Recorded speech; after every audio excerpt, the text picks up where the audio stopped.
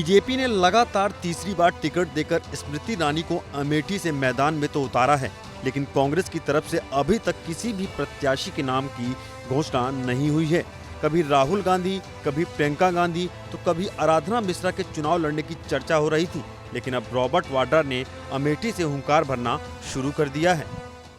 को जरूर चाहूँगा कि कोई भी उनको रिप्रेजेंट करे, जो भी वहाँ का सांसद हो वो उनकी प्रगति की बात करें, उनके अच्छाई की बात करें और सुरक्षा की बात करें और भेदभाव की राजनीति ना करें, क्योंकि जो वहाँ की अभी सांसद हैं उनसे वो अमेठी के लोग बहुत परेशान हैं और अमेठी में उनको लगा है कि गलती हुई, क्योंकि उनका मेरे ख्याल से ज़्यादा वहाँ आना जाना नहीं है, वहाँ कुछ प्रगति के बारे में नहीं सोच रहे हैं, बस वो ये देख रहे हैं कि गांधी परिवार के ऊपर कैसे कुछ बेबुनियाद कोई सवाल उठाएं, इल्ज़ाम लगाएं और बस शोर शराबा करें और अपनी पोजीशन का गलत इस्तेमाल करें।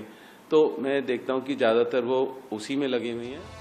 इस बयान में रॉबर्ट वाड्रा ने साफ साफ अपनी इच्छा जाहिर कर दी कि वो अमेठी से मैदान में उतरना चाह रहे हैं, लेकिन इस बयान के बाद से सियासी सरगर्मियां तेज हो गई हैं और सोशल मीडिया पर कई पोस्टर वायरल हो रहे हैं, जिसमें रॉबर्ट वाड्रा को अमेठी से चुनाव लड़ाने की मांग की जा रही है। ऐसा लग रहा है जैसे पहले से ही कोई प्लानिंग की गई हो। राहुल प्रियंका गांधी सेना द्वारा जारी किए जा रहे एक पोस्टर में लिखा गया है, जन जन का भाव, अमेठी मांगे बदलाव। रॉबर्ट वाड्रा जी बने बदलाव का चेहरा।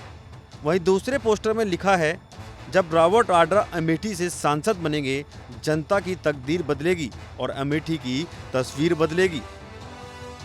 रॉबर्ट वाड्रा के अमेठी से चुनाव लड़ने पर अब राजनीतिक दलों के नेताओं की प्रतिक्रियाएं भी सामने आने लगी हैं।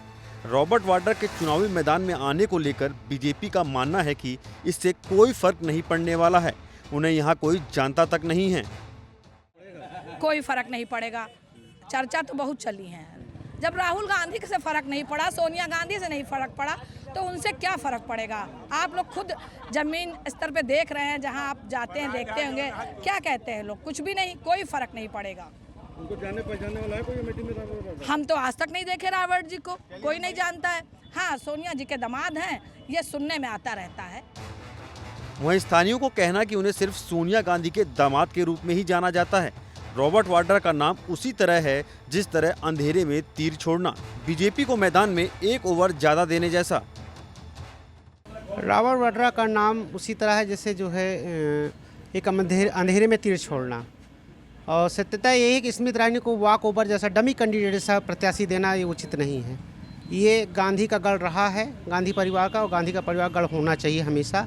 चूँकि परिवार के ये जरूर हैं, लेकिन जो है वो बहुत दूर दूर तक जनता इनको जानती तक नहीं है। प्रियंका गांधी के हस्बैंड होने के नाते भले ही लोग जानते हो, चूँकि साथ आते थे, साथ जाते थे, लेकिन ये किसी तरह की राजनीति में अभी तक कोई चर्चा नहीं थी इनकी।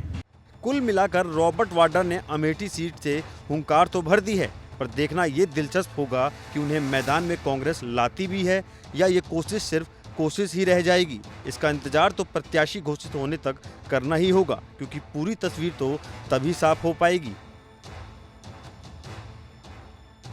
भारत की बात रोहित सिंह सावल के साथ सिर्फ एबीपी न्यूज पर।